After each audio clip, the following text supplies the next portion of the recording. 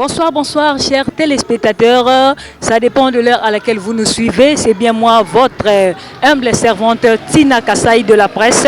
Awa Bomoniga Awa Toza Awa précisément na 6e rue Lumete résidentielle. Awa Pipipai Oteoko Tala Milulu Minene O Salami Bongo na représentant légal ya Église des Réveils du Congo. O Babengi évêque général Dodo Kamba Israël. Bongo ezali programme moko ya 5 jours et salamaka chaque 3 ans. Ba programme ya minene tokomona yete na kati ya programme ango ezana bandeko mususu bazalaki na ba état de jeûne ya prière et basuki ebanaki lisusu kokangama ebanaki kokangama te lisusu kolia ezalaki ya mwa bongo bongo bato bamekaki ko se privé makasi pona koluka elongi ya Nzambe bongo lelo nde ezali mokolo ya suka eza molulu monene o biso pe wapi ba journaliste toyeko assister tokomona na kati awa ba figure emblématique ya Église du Réveil du Congo tokomona ba monseigneur batu ebele o pe tokomeka pe kotuna bango mituna pe bapesa biso pe ba point de vue na bango par rapport ya événement oyo boza komona a toza bango précisément na 6e rue du Mété résidentiel sur Petit Boulevard 355 ya bandeko na sepeli mingi en tout cas pour na siko da suki nanu awa na kopesa bino suite tout à l'heure. Merci beaucoup.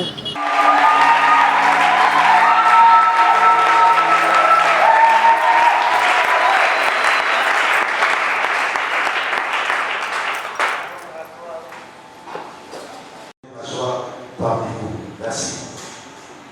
Je disais grand est la joie parmi vous.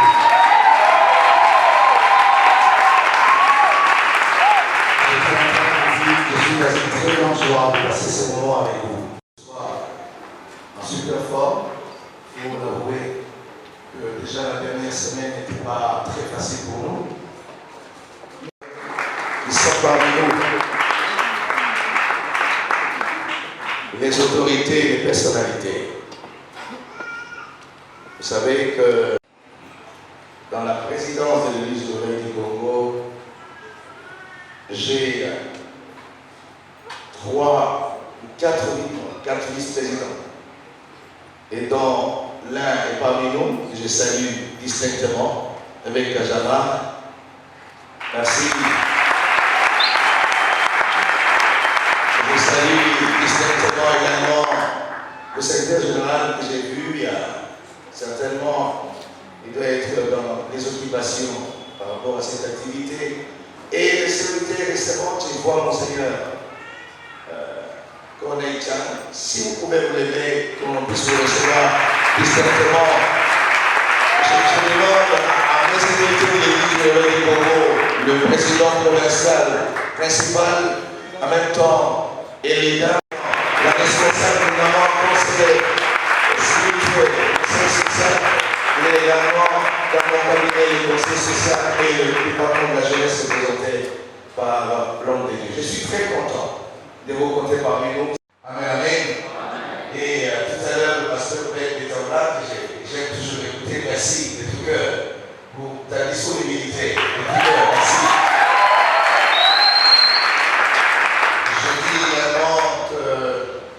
Il y a mon pasteur, celui par lequel je suis passé, apôtre Elias, qui peut se recevoir distinctement. Merci beaucoup, de tout cœur. Merci. Je voudrais présenter les évêques qui sont venus nous assister. Si vous pouvez me lever, les évêques de l'Église du Réveil du Congo. D'autres qui aspirent, vous pouvez également vous lever, nous allons recevoir distinctement, s'il vous plaît. Et merci là. Merci. Là, c'est les corps qui constituent pratiquement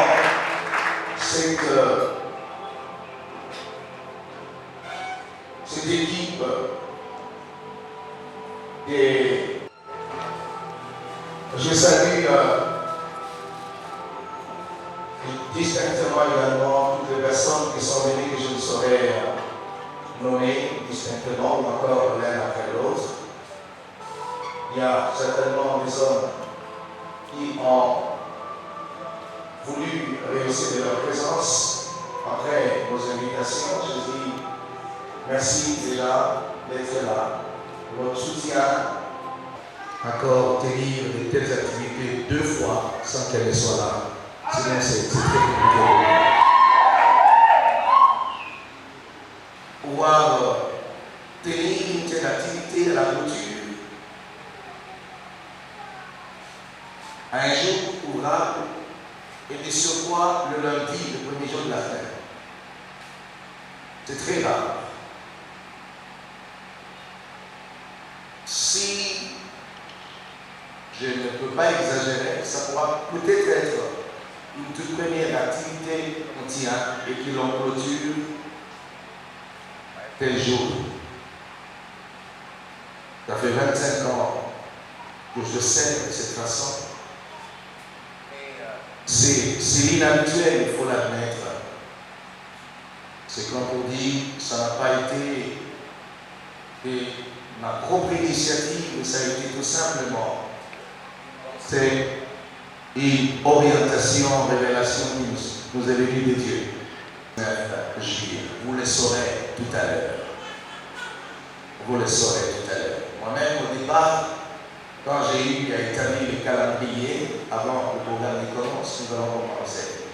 Il dit, avril, il faut le dire comme ça, mais quand j'ai calendrier de ce qu'on devait faire, je me suis dit, là, en clôture de lundi, est-ce qu'on saura?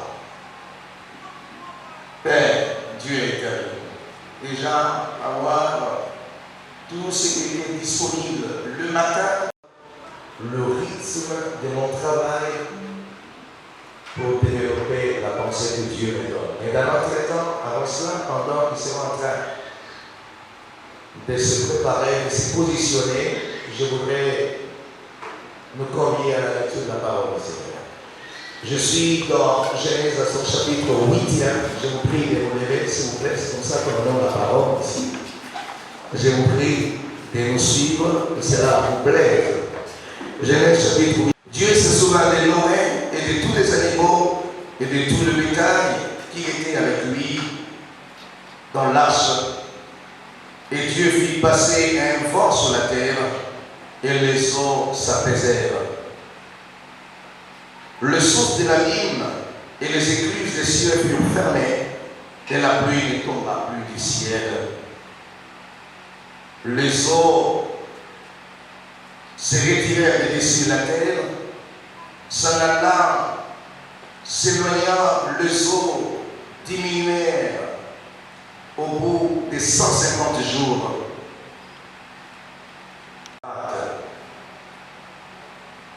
Les eaux allèrent en diminuant jusqu'au 10e mois.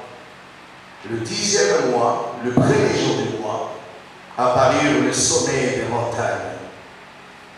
Au bout de 40 jours, Noé ouvrit la fenêtre qu'il avait faite à l'arche. Il lâcha les corbeaux qui sortit, partant et revenant jusqu'à ce que les eaux eussent séché la terre. Il lâcha aussi la colombe pour voir si les eaux avaient diminué à la surface de la terre. Mais la colombe ne trouva aucun lieu pour poser la plante de son pied. Elle revint à lui dans l'arche, car il y avait des eaux à la surface de la terre. Il avança la main, la prit et la fit rentrer auprès de lui dans l'arche. Il attendit encore 7 jours et il lâcha de nouveau la colombe hors de l'arche. La colombe revint à lui sur le soir, et voici une feuille d'olivier arrachée était dans son bec. Noé connut ainsi que les eaux avaient diminué sur la terre. Il attendit encore 7 jours. Il lâcha la colombe, mais elle ne revint plus à lui. Parole du Seigneur. Je tiens à vous dire parole du Seigneur.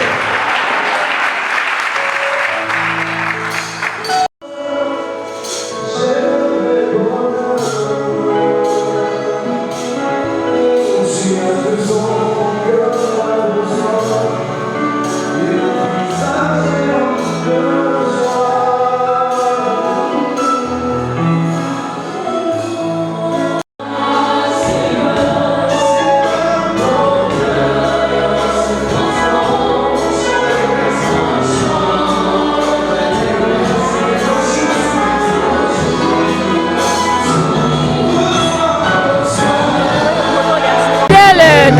téléspectateurs ndenge tolakaki bino tokomi na suka ya programme na biso ya sai un jour oyo toyaki koassiste elongo na mosali na nzambe l'évêque de général de Kamba Israël naza mpe liboso na ngai na mosali na nzambe moko. Bonjour papa. Bonsoir papa. Bonsoir maman. Tomoni yo na programme ya sai un jour okopesa biso kombo na yo ebisa biso za nani? Nazali honorable Betty Pitilo nazali moko ya église oyo sacerdoce ntango akala ezalaki église mission Betsaïda donc moto oyo toclôturer ça un jour parce que tobanda église oyo ya longtemps tout tobandango depuis Salomon Sud toye nango ntina limete pour ebele tozalaka tosalaka ba 5 jours yango lelo 5 jours ya toye soko toclôturer. Honorable okoki koyebisa biso impression na yo eza nini? Impression na yo par rapport ya journal? Impression na nga lelo eza makasi parce que lite ya prophète évêque général atei ezali te mo makasi alobi pour la stabilité. Vous savez, dans notre pays, dans notre vie politique, dans notre vie quotidienne, on a reçu de très grands chocs au niveau ya makambo ya Covid, au niveau ya makambo ebele eleki na mboka même na bavi na biso na basouffrance toujours, mais aye koremifie yango par ricochet na le 19 juillet oyo ezalaki date oyo acte no etelemaki yango mpe alobeta mokolo oyo tosili 601 jours mokolo oyo mpe tozobanda stabilité ya mboka na biso, stabilité politique, stabilité ya bavi na biso, stabilité ya vie de prière, stabilité économique et stabilité ya santé na biso. En tout cas l'idée ya wana ezalaki très profond, ezalaki vraiment makasi makasi. Alors je félicite vraiment le prophète évêque général prophète Dodo l'idée ya wana. Merci honorable. Merci. Tozokoba kozwa ba évêque. Bonsoir évêque. Bonsoir, bonsoir madame. Tomoni yo na ba bilamba ya baepiscope okoki koyebisa biso kombo na yo mpe oza nani? Nazali évêque principal ya ville ya Kinshasa na compte ya église réveil du Congo. Ngai naza numéro 1 pour la ville ya Kinshasa na compte ya église réveil du Congo. Ozali moko kati na ba icône ya église réveil du Congo. Message nio okoki kolanda mpona bato bazolanda biso? Évêque général de Kamba aza mopepe ya sika na église réveil du Congo. Nzambe azosalela ye makasi. Soki lelo toyaki awa elei mpona kosoutenir mosala, soki toyaki lelo awa eza mpona kosoutenir mosala azosala. C'est un véritable envoyé du Seigneur avec un message pur, un message authentique oyo ekobikisa kaka lingomba te me ekobikisa mpe mboka na biso. Amen. Évêque okoki koyebisa biso banda prophète Dodo akomi lelo évêque général, est-ce que lolenge azosala mosala ezosepelisa bino to te? Makasi makasi makasi esengo monene ndenge amemi réforme na niveau église, ndenge makambo ekomi na niveau église esengo monene. Merci beaucoup évêque. Lolenge tolakaki bino bandeko wana toti koyamba provincial ya RC. Ambiance eza continuer, ambiance eza continuer. Balobi ambiance eza continuer. Toza na fait en sai un jour. Tozo continuer l'ambiance, tozo koba kozwa ba interview ya batu. Tozo zwa moko na moko, tozo koba kozwa ba interview ya batu. Wana toza na kati ambiance. Toza na kati ambiance, l'ambiance continue. L'ambiance continue.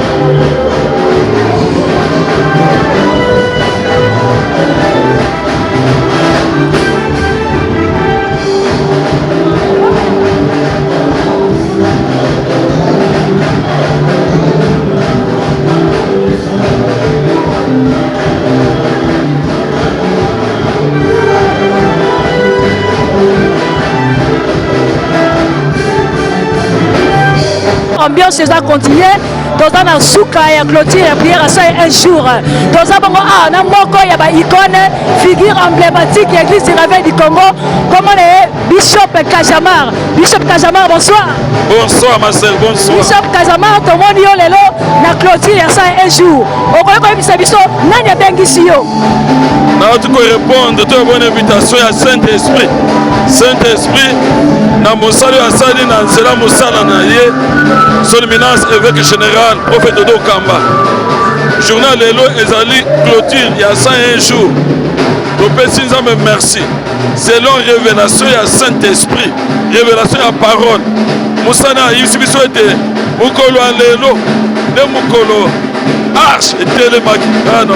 Donc, si tu comprends bien, Bishop Kajamar, on sait qu'on a quatre, il y a l'Isanga, il y a communauté, il y a l'Isanga, il y a RSEC, au fait de nos Kamba, on sait qu'on a quatre. Naza na quatre. Naza vice-président. Vice-président RSC Bandeko. Naza vice-président national. Ok. Vice-président national. Est-ce que Bishop Kajamar, on peut Bishop Banda, évêque général, a su poste de haut, qui n'ont pas lelo. Moussala ou Sala, les autres les Canadiens, vous avez sepelé un gros toté, bisama. Toujours sepelé makas. Toujours ne sengo. Poete, azana mandat, azana mission, zamba pesiye.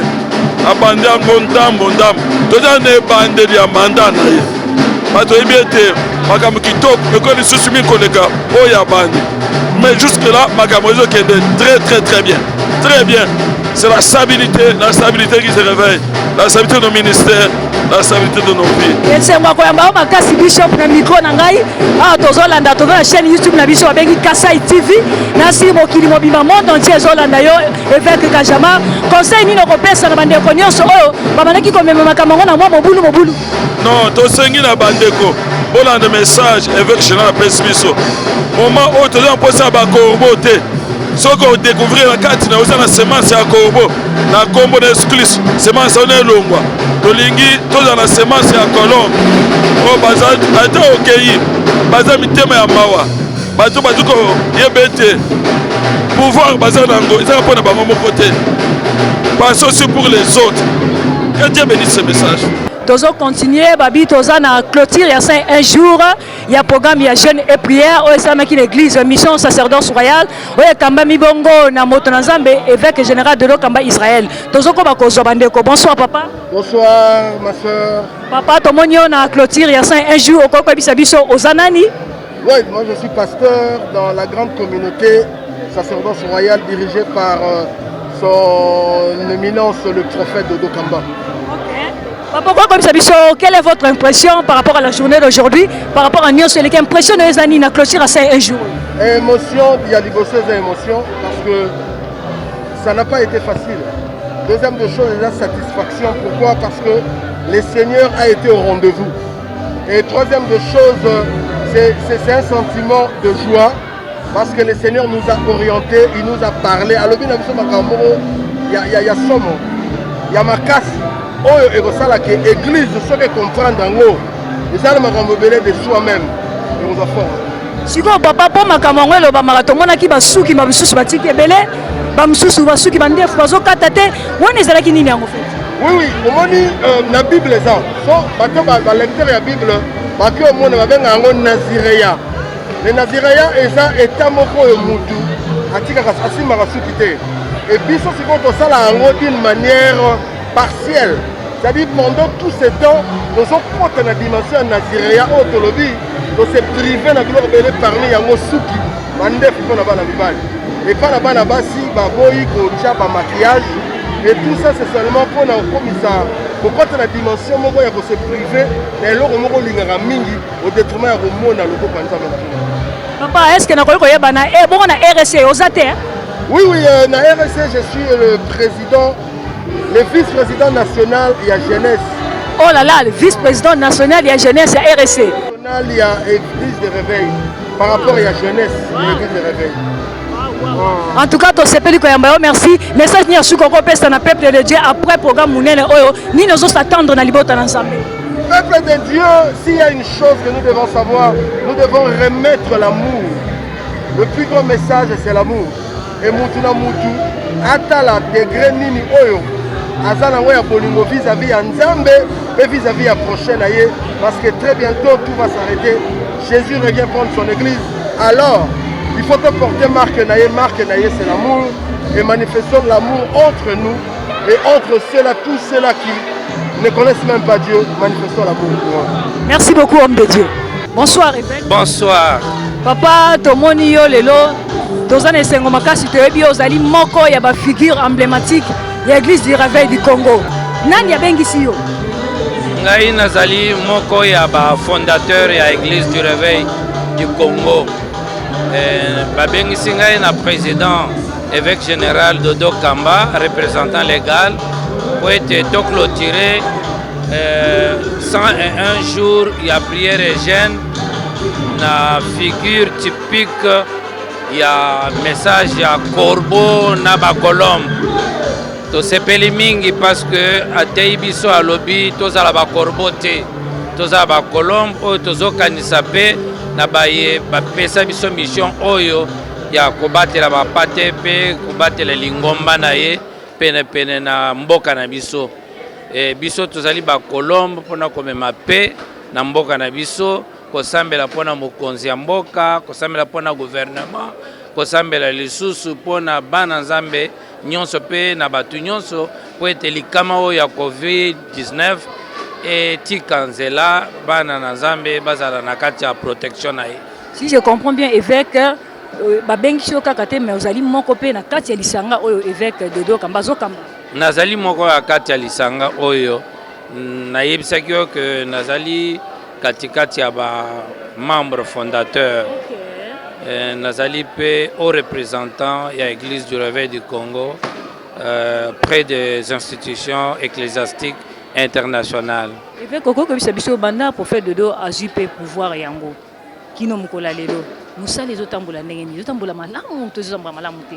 Musale zotambola malamu prévenir que tozana kati ya formation ya ba évêque na programme ya urgence.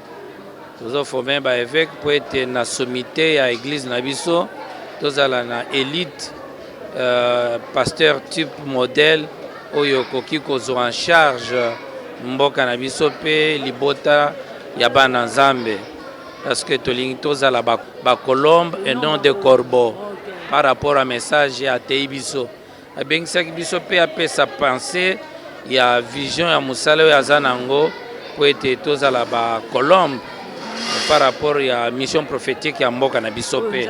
Parce que kalamingité d'ici octobre nzambe azope se bilembo ya stabilité à Mboka na biso. Amen. Bongo évêque nini okoloba pona bandeko mususu o bazaki ko tiama mobulu yete moi mbilinga conseil nini okopesa bango lokola mpaka na kati ya lingomba. Na pesi conseil na bato nyonso toyeba kotanga basini ya temps nyonso ezali koleka na kati ya lingomba na biso ezali prophétique.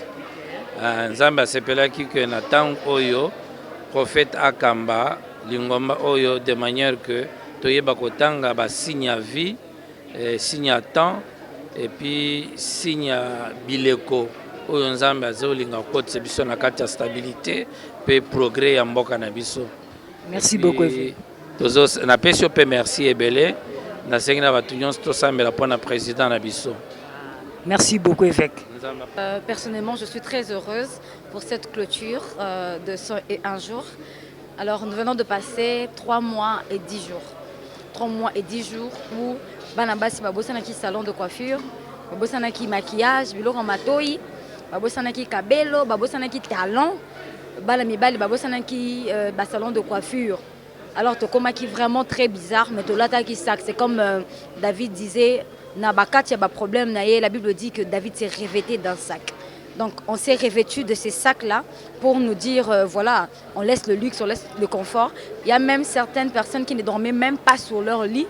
On était vraiment hors le luxe, hors le confort. Pas de foufou pendant 101 jours, pas de viande.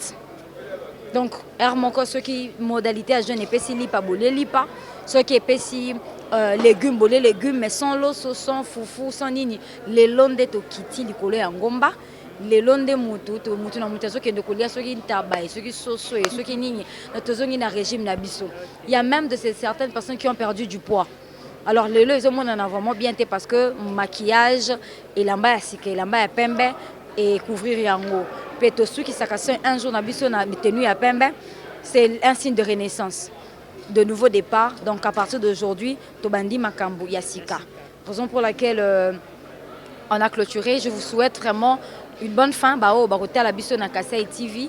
Beaucoup revivre un peu image pendant que beaucoup revivre partie il y a prédication, partie il y a louange. Vraiment que le même Dieu qui nous a affectés ici. Nakati église mission sacerdoce royal à Landabino place Bozwami beaucoup qui peut se joindre na biso en vous abonnant massivement sur Kasai TV. Sur Kasai TV vous allez en voir activité à église mission sacerdoce royal les Zouami na 6e rue limité résidentielle sur les petits boulevards Lumumba. Toujours et la Binopé, n'oubliez pas de partager Kasai TV Kasai TV Kasai TV naye moko hein l'étoile montante de la presse. Merci beaucoup. Merci. En tout cas, tout était prophétique aujourd'hui. Nous avons été bénis abondamment au travers de son serviteur. Le Seigneur nous a parlé de ce qu'il fallait. Et nous avons juste accepté ce que le Seigneur a dit. Et voilà. Et tout qui n'a qu'à programme en gros il y a 5 jours de prière, on dirait 3 mois de koloba. Ils ont qui colia, il y a moi kokoso, ceux qui échangeaient, qui est là téléchargé, tout le monde qui va papa, ceux qui est belé, au coquille qui est biso maman. Est-ce que c'est facile pour la bino pendant 3 mois? Il y a côté qui a l'attitude ouana. Non, humainement, je veux dire, et ça là qui pense à facilité, mais avec l'aide du Saint-Esprit, nous sommes l'équipe malam. Naki bomoto penza boé et ça là qui pense à facilité. Ni on ce que vous s'attendre après 5 jours. Juste que le Saint-Esprit accomplisse ce qu'il a promis. Naza évêque Théo Bengali, nazali protocole il y a évêque général Dodo Kamba. Naza invité benga pona melulo il y a 101 jours. Le chaque jour naza koya. Naza omona ndenge zo sala yango naza invité mais il est vraiment très bien. Vous allez évêque. Impression les années par rapport à mon collègue. Bon, mon collègue vraiment na moni naza bon les mots que je peux employer naza épaté vraiment organisation ça qui très bien makambuto très bien même matin papa tei vraiment très bien vraiment na je par nanga. Évêque tokende tozonga tolo banani ya solo. Banda et prophète Dodo to bengana prophète Dodo ndenge ya komi évêque général. Kino moya lelo. Est-ce que changer mes ali na RC musala ngozo sale mama la mutote? Si omoni netinga yena travailler na lingo tanga ba kombo de travail ba msusu mais banda kuna ya comme un grand changement écoté. Un grand changement même na niveau il y a l'état même na niveau ni un grand changement vraiment écoté par rapport au ndenge to zalaki parce que les choses zalaki stationné mais siko vraiment tozo ko avancer félicitations vraiment à progresser ndenge on a avancé sur ce makasi a marqué vraiment époque na. Merci beaucoup. Bongo évêque Théo Toli na nekuku pesa na bandeko Toli conseil na bandeko o bazolanda biso na ngonga o na Kasai TV Toli ni okopesa bona ba o bazaki kotia mwa mbilinga na kati ya makamango Toli ni okopesa bango lokola mpaka bon nga Toli na kopesa bango omoni mbisa landaka bisika maye zo chola tant que mikanda nyose za côté pa boy ba opé ba kima ba kenda ba zonga ba ya côté pas boy ba somba ba licence belé ba somba ba tante na bango ba makamno vraiment vous allez très bien tant que l'état comme sur terrain contrôle sur vous en licence non vous allez très bien parce que ba côté monsieur licence exact ba za na mikanda mon côté l'état pa yebi bangote mais côté pas boy l'état au mona ka yo moko sur makambeleki ba invité kaka éminence avec Dodo Kamba ben banane ben invité bon yo chez mona mutu mususu na donc ce de comprendre bien vérité ça de côté au côté on est ma vérité ça côté pas boy maïndé. Je suis pasteur Thérèse, je travaille ici à Limité. Je travaille aux côtés de mon père spirituel, l'évêque général de Dokamba. Alors, bon, c'est ma maison, si je peux le dire ainsi. C'est votre maison, pasteur. Merci beaucoup pour la précision. Est-ce que vous pouvez nous dire quelle est votre impression par rapport à la journée d'aujourd'hui? C'est une très très bonne impression parce que je dois souligner que c'est la première fois que nous tenons des assises comme ça ici à l'IMT, parce que c'est vrai, c'est la 6e édition, mais pour l'IMT, c'était la toute première fois qu'on a tenu cette activité 101 jours. Alors, bon, il faut reconnaître que c'est vrai, mon pasteur, c'est un homme de foi. Et lui, il savait que tout va bien se passer. Mais moi, là où j'étais, je me disais, est-ce qu'on va y arriver? Parce que c'est une jeune église. Nous n'avons pas encore 5 ans ici, mais c'est une jeune église. Et je me demandais, est-ce que ça va aller? Mais Dieu a fait grâce. J'étais très surprise, très agréablement surprise, parce que les choses se sont passées très, très bien. On a eu des gens qui se sont présentés tous les jours jusqu'au dernier jour.